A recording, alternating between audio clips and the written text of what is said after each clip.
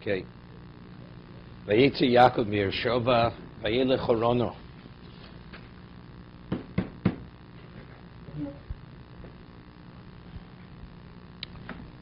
Yaakov went to Beersheba. Vayelech Horono. He went to Horon.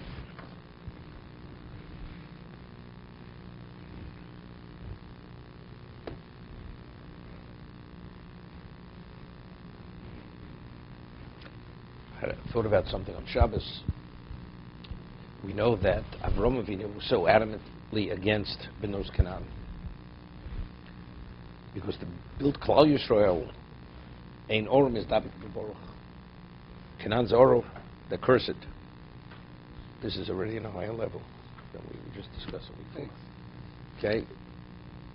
Canaan is Oror, and Avram's family, Beborach. That's why Eliezer's daughter, regardless of what kind of tzaddik she wasn't qualified. Yitzchak believed that Esav was a tzaddik, although he was not the tzaddik that Yaakov was. Therefore, he was worthy of the bracha, the brachas. Esav originally married Benos Canaan. Why wasn't he opposed to it? Should have been opposed to it. So, it's a little bit of a problem. He should have understood from his father. So why wasn't there a problem? So what I understood was like this. There's a question which Rashi, which is based on the Gemara in Bava Basra, regarding the wives of the Shvatim.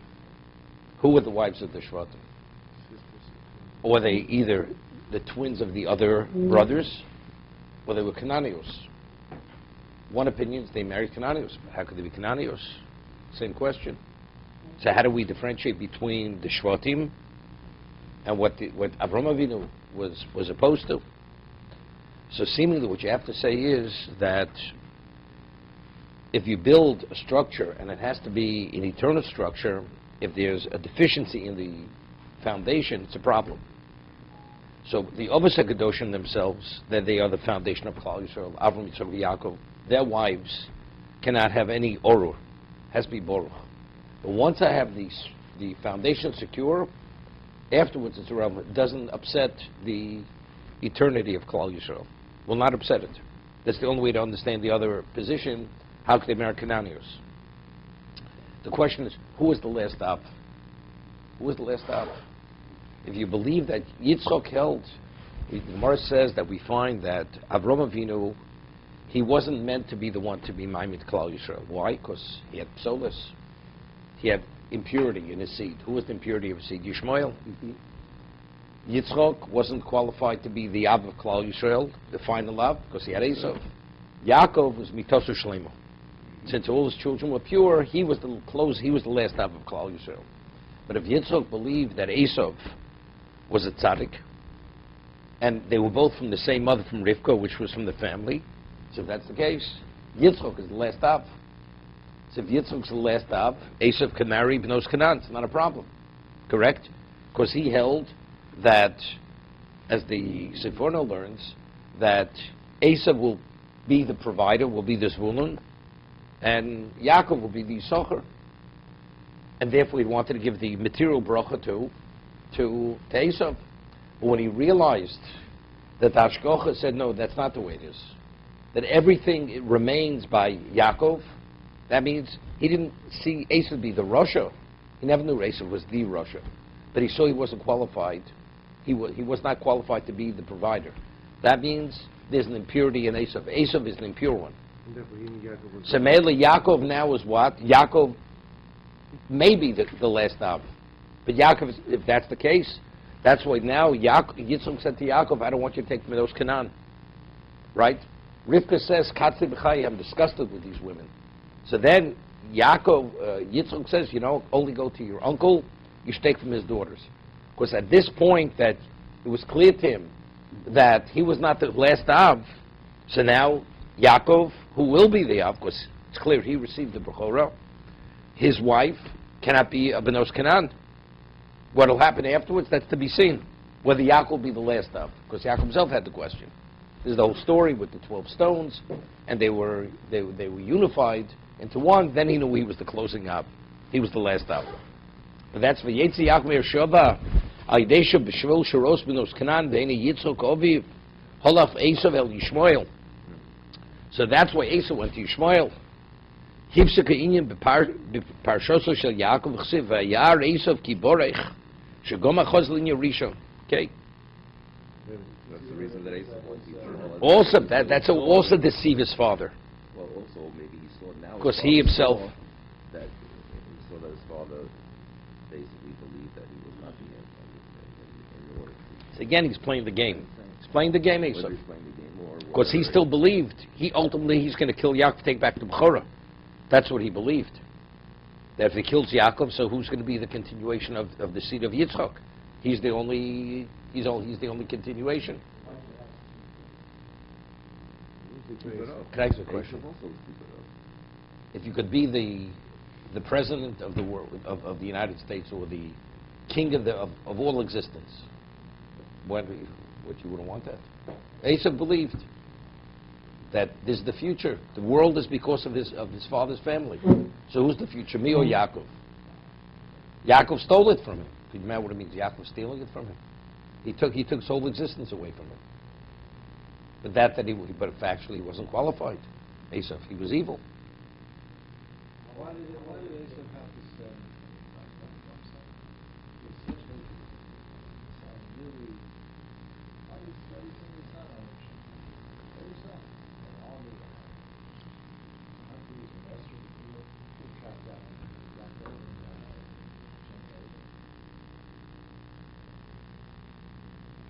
Discuss it.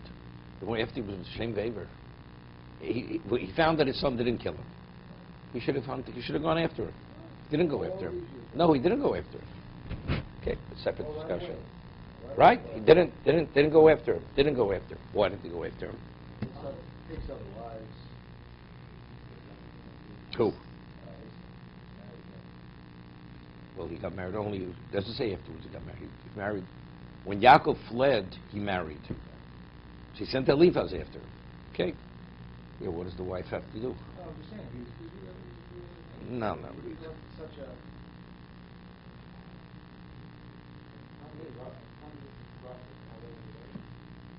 63 or so. They're twins, right? Maybe when Abraham sent Eliezer to find a wife for Yitzchak, he says, if you don't, you're absolved, come back, and he says, take from Mamre and the other people, but they also were from Canaan, Mamre. Evidently, they weren't from Canaan. They weren't Canaan. They weren't Canaan. Yeah, but you ask him, why did he send Eliphaz? Why did he do himself? Good chinuch. Chinuch. Yeah. What is it?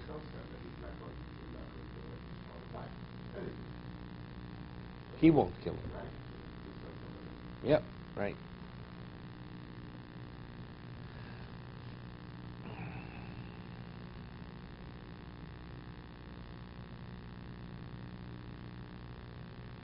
So brought in the Sefer, a Medrash, the Medrash says, I didn't see the Medrash inside, that initially Lavan had no daughters.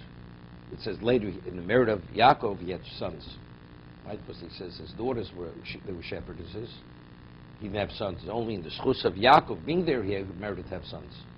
But initially, when he left Beersheba, he didn't have sons. When he went to Shem Vaver, he did not have sons. He had no daughters. He had no children. Lavan had no children. When did his wife conceive?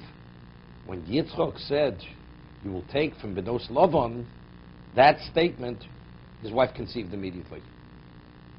So the Medrash says he had to go 14 years to Shem Vaver to study. They had to grow up. And only arrived, only then were they old enough that he was able to marry them. Right? That's a medrash. What? No. But to be able to conceive, to have a child, right? So that's the reason why. But it came as a result of Yitzchak's bracha that you will take from the daughters of Lavan.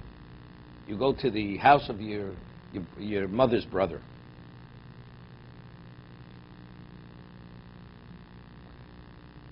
Vayeitzei lo yitzorach lichtov ela v'yelech Yaakov chorono lo hiski yitzioso.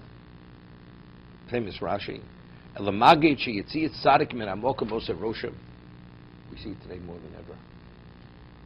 You see that when a tzaddik leaves a location, it makes an impression. Shebzman she'tzadik bir hu hodo hu zivu hu adoro yotze mishom. When a tzaddik's in the community, he's its splendor, its radiance, its beauty. Yotze mishom pono hodo podo ziva pono hadoro b'chein pateitzi min hamokom om v'nomi v'rus.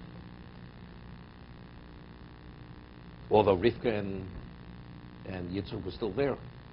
But relatively speaking, there was a diminishment of that. How do we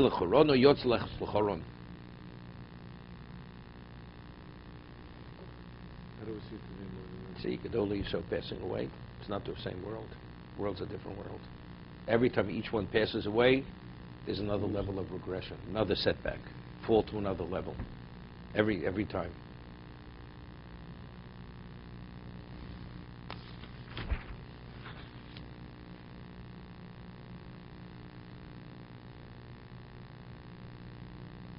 Told you when the Nazis came, came into Lithuania and they came into Vilna, 3 Gedolei Yisrael passed away during the same month.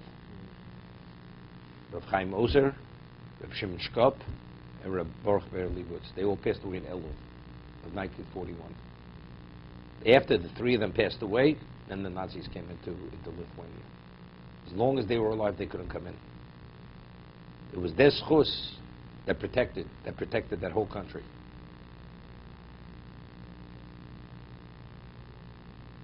Vayivka b'mokom v'yolin shom.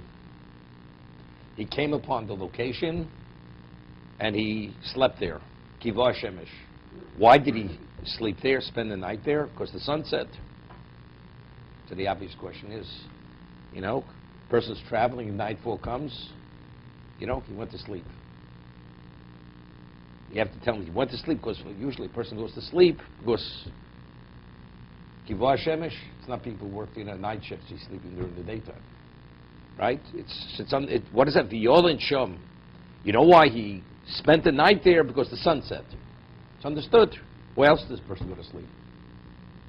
Because it's nightfall. Nightfall came. So evidently when Torah tells us Kivah shemesh, this is something out of the ordinary. The sun wasn't meant to set, but the sun set earlier than it was normally going to set. Okay? Is this the first time you guys knew what? You're asking a side question. I'm sure, we're focusing on one thing now. Well, I'm asking because you're saying something. Do you see Nevuah yet? Do you see a word of Nevuah yet in this pasuk? I'm asking you a question. We understand that people get Nevuah when they go to sleep, in their sleep. If this is Can I ask you a question? If you tell me you went to sleep, anybody asked, did Howard Burma have Nevuah? I'm not on that level, but Where does it say a word of Nevuah? In the pasuk so far, is there a mention of Nevuah? I'm asking you. Not yet. Okay, good. We'll get you a pulpit. You'll start whatever it is. Pulpit, yeah. I got it. Vayikach mi'avni amokum. He's gathering stones here. Vayikach mi'avni amokum. So before he goes to sleep, he gathers the stones from the location. V'yosim arav shosov, and he puts the stones around his head. Now, what was the point of that? This was for the sake of what? Protection.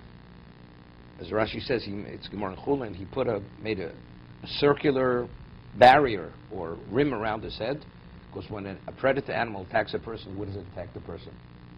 It attacks the upper extremity of the body, the neck area, the head, because that's immediate death. So by putting the stones around his head, that will provide protection. Provide protection. If you're in the forest, how does it happen? If anyone comes in,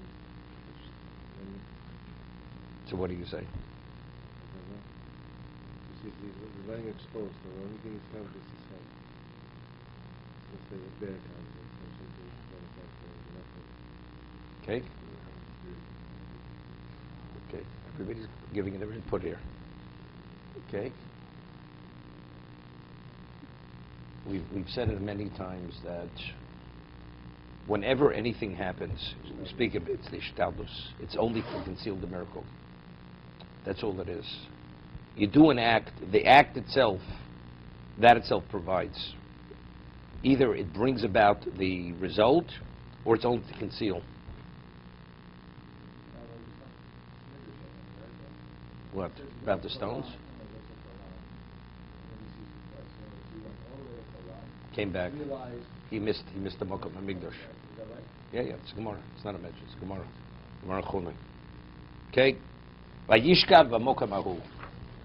It said he lied. It should say Vayishkav. This is also one of the short. This is one of the few times there was covered a great distance. Right. It says Vayishkav. What's Vayishkav v'mokum ahu? So the inference is he slept there, he lied there, but elsewhere he didn't lie. Where's he coming? He's coming from Shem Vei. He spent 14 years Shem Vei. So it's also Gemara. For 14 years he did not lie down. Did not lie down. He sat studying for 14 years, and he would doze off. He would not lie in bed. This is the first time that he actually is afterwards. He's on his way to Choron now. 14 years he's on his way to Choron. Okay? Let's see Rashi. It says, Vayifka b'mokom. He approached, he met the location. Lo hiskar esa mokom. The Torah doesn't identify what location this was. Ela b'mokom and iska mokom acher. It's the location which is mentioned elsewhere. V'haram oriyo shenema bo v'yaris hamokom yirochok. He saw the location from a distance. This is the location of the Beis HaMikdash, Temple Mount. Vayifka. Rabbi said Pirshu Loshin Tefillah. He went, he prayed there. Moval Tifka Bi, Velamad Shetikin Tefillah Sarvis. This is when he enacted the Tefillah, the evening prayer. Now, I always ask a question. According to Jewish law, when does the day begin? Right? Not at midnight, not 2 in the morning, or not at sunup or dawn. Starts at nightfall. That's when the day begins. It says, the Gemara says that Avram enacted Shachris. Yitzchak Mincha, Yaakov Ma'ariv. If you go according to the order, it should be Avram nightfall, Yitzchak Mincha, and Yaakov Mincha. Yitzchak Shachris and Yaakov Mincha. Right? But Yaakov is Arvis, is the night tefillah. Right? Why? Why is he the last? Why does he do the night when the night is the beginning? Now, which of the patriarchs represents exile? Yaakov is the patriarch of exile. No one was in exile the way Yaakov was in exile. He had to flee. Then towards the end of his life, he had to go to Mitzrayim, to Egypt. He died in Egypt. Right? Avram and Yitzchak, they also in Eretz Yisrael. And once Avram became the patriarch, he was acclaimed by the world and proclaimed by the world as the Prince of God, Father of all nations. Yaakov, he has his children, he has his family, one problem after the other, right? 14 years that he spent, 20 years that he spent with his father-in-law, 2 years on the road, comes back, Yosef, to Egypt. So this is Golus. This is Maisa over similar bonim. What? Whatever, all the tzaras that he had. All the problems. So what is Golus? The Gemara says night represents Golus. So I always say, the Ramchal writes in Mesillas Yesharim, it's the unknown. So that's what we mentioned in the Ramchal. Mesillas Yesharim says, what is night for? You see something at a distance, it looks like a person. You come close, you see it's a stone. Something looks like a stone, it's a person. Everything is distorted. Night is distortion. The physical world is distortion. We lack clarity, especially when you're in exile, where it seems to be, it just doesn't make sense. Everything is distorted. And so why is Yaakov the Avav of Golus, where everything is distorted, suffering? Because Yaakov represents Torah. The only way that you could have clarity despite the distortion is only if you're imbued with Torah. Right? Ner mitzvah Torah or. What is the illuminator? Torah is the illuminator. But you have to be at that special level. When you have that special level, despite the distortion, despite the darkness, you have a grasp and understanding why things are the way they are. To be continued. I say it. Yeah. Torah Hashem. We don't say anything. We're only revealing what God is saying. So when Abraham established Shabbos, he already knew that Yaakov had to establish Shabbos. He knew he wasn't that. He knew it wasn't that. When Rashi brings down the Yaakov, he was asleep for 14 years. It means physically or literally? I mean, He didn't lie down, of course. He didn't lie down. Didn't lie down. Didn't lie down in bed. You have in the book by Rabbi Kalatsky, and they bring down one of the Shiraf made him in bed, and came back with never sat in a bed. Just like it was made for him when he came there. It's a famous story of Steinman. It says he slept on that location. Steinman is a small man. So when he came to Brisk, he lived in a city, he learned in Kabrin. There was a place in Europe. It was called Kabrin. Then he went to Brisk. He was 16 years old when he came to Brisk. When he was 16, he looked like a 10-year-old. He was very small. And the boys in Brisk were much older, the students, and they were offended. I mean, how did he admit such a young boy into the yeshiva? So somebody went, and each student had his bed, and he took a doll and put it in his bed to indicate, you don't belong here. Put a doll in his bed. This story goes back about 10 years ago. There was a certain person he lived in Israel, had tremendous tzaros, problems, financial, health, family. And he was the one who put the doll in the bed. He's the one who put it, going back 70 years ago in Europe. So he thought over his past. He says, maybe the reason why he's having all this tzaros, because now Rav Steinman became the Gadlador, the leading Torah sage of the generation. He disgraced this person, and he didn't realize at the time how special he was. So he went to ask Mechila. He asked to ask forgiveness. So he goes to Rav Steinman. Steinman remembered him. And this person then was older than Rav Steinman, because he's the one who put the doll in the bed. So he goes to Rav Steinman and he says, I want to ask forgiveness. He told him all the tzaros that he has, all the problems, and because of that he offended him, and he embarrassed him as a young boy, 16, as a teenager. Now he's paying the price.